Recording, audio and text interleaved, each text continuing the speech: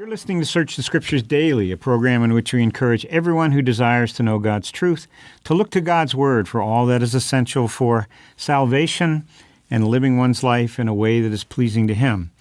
In this first segment of our program, we are continuing a new series featuring Dave Hunt's book, Seeking and Finding God. And later in the program, Gary will tell you how you can obtain a copy.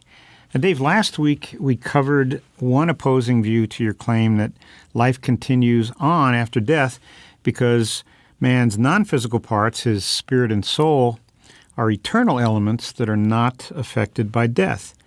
And that opposing view is there's nothing to prepare for. When you're dead, you're dead. That's the end of it all. Today, we're going to look at another opposing view that death is followed by unconditional acceptance, and it constitutes the next step in our progression. The progression of our existence is really, according to some, it's a spiritual advancement. Now, that has been, as Dave, as you well know, that's been the gospel that's common to in all forms of communication with spirits, whether it be seances or mediums or psychics, Ouija boards, channelers, through drugs, meditation, and so forth. Now, let's start with communication from non-physical intelligences.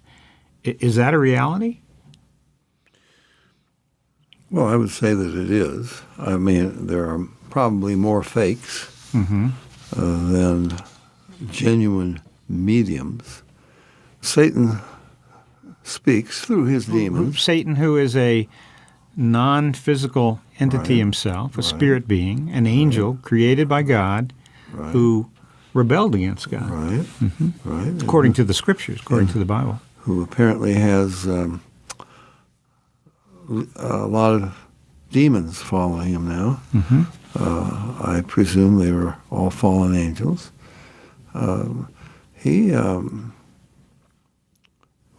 have all kinds of mediums all over the world. I mean, this has been going on for thousands of years, and we can document it that the same message, what do they have? More than 1,000 channelers in Los Angeles. Well, that so was they say. And that was a number of years ago. I'm pretty sure that was the. You think there's more, or that was the peak? Oh, without a doubt.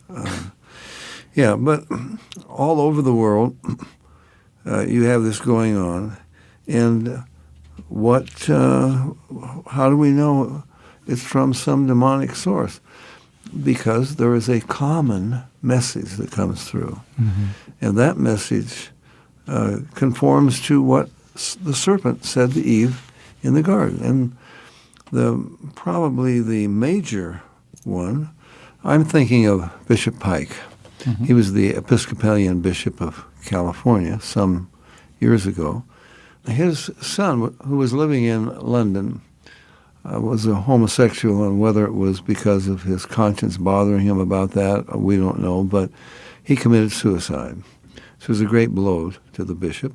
He went to London and to just check out his son's apartment, pick up his things and so forth.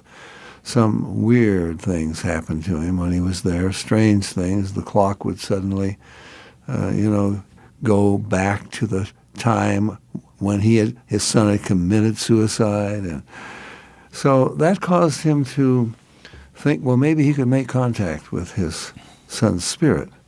So he went to Anna Twigg, a very famous medium in those days. And sure enough, here his son comes through. And, coming through a female, but so that you couldn't say the voice was recognizable, but some of the inflections and so forth talked about things. Well, Dad, you remember when, and things that Anna Twigg could not possibly have known. The bishop thought only his son could know. I mean, this was intimate things between them, things that had happened in the home and so forth. So that convinced him where certain things hung in the home and so forth. Well, this must be genuine. And his son said a number of things, but get back to, Tom, what you were talking about. One of the things that his son said was, Dad, I'm not here for just a pleasant conversation. I have a mission since I've come to the other side. And my mission is to let you and others know there is no such thing as death. We just move on. You know, it's like graduate school. We keep going through higher stages. And I think Pike asked his son, well, have you seen Jesus over there yet? And his son said, no, I haven't met him yet, but I've heard of him. He's on a higher level. So here we have the lies coming through, but the same ones come through all over the world. So we know there is something behind this. It's not imagination. Okay? They're out there. These are demonic entities, and of course they have been possessing people. Dave, and as we have mentioned, more than mentioned, presented in this series, if we indeed are part of our makeup is non-physical, our soul, our spirit, there's nothing to deny the fact that there are other spirits out there, non-physical entities, intelligences. Right. Tom, it's very interesting. I don't know to what extent we mention it, and I won't get off on that. But you could say materialism is dead. I remember when I was in school, as a boy, even in grammar school, well, consciousness, even conscience, everything. The psychologists were leading the way in this, but the physicists were going along with them. One day we would be able to explain it just in terms of the brain, just in terms of chemical reactions in the brain and electrical currents jumping between the synapses and so forth. And that's all it was. We're just matter. Tom, they don't believe that anymore. And there are physicists, quantum physicists, who have been talking about this. They would say, look, where is...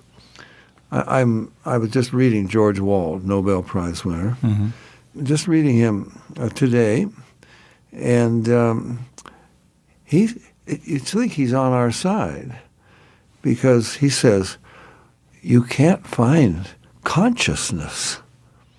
It doesn't have any physical substance. It does not have any location. And then he likens it, he says, it's like any electron. It doesn't have any, it's just like a will-o'-the-wisp. It goes from here to there, and it doesn't cross the space in between. You can't find the location of an electron. So now we've got them into, and George Wald, well, but there's a great mind out there. And everything is conscious, even the matter, even rocks. There's a consciousness in everything. Now we're moving into real mysticism, a denial of the God who created us. And suddenly the Creator is part of His creation and is manifesting Himself. We're into Hinduism, Tom, as you know. So this is, but this all comes from these demonic entities. Dave, you alluded to Satan in the Garden of Eden, speaking to Eve as a serpent. Right. And I want to quote that verse. This is Genesis chapter 3, verses 4 and 5. And the serpent said unto the woman, You shall not surely die, for God doth know that in the day you eat thereof, then your eyes shall be opened, and ye shall be as gods, knowing good and evil. So on the one hand, we've been saying that, yes, there's physical death, but beyond that, beyond the body dying, the soul and spirit continue. For more information about the Berean call, call us toll-free at our order number or visit our website,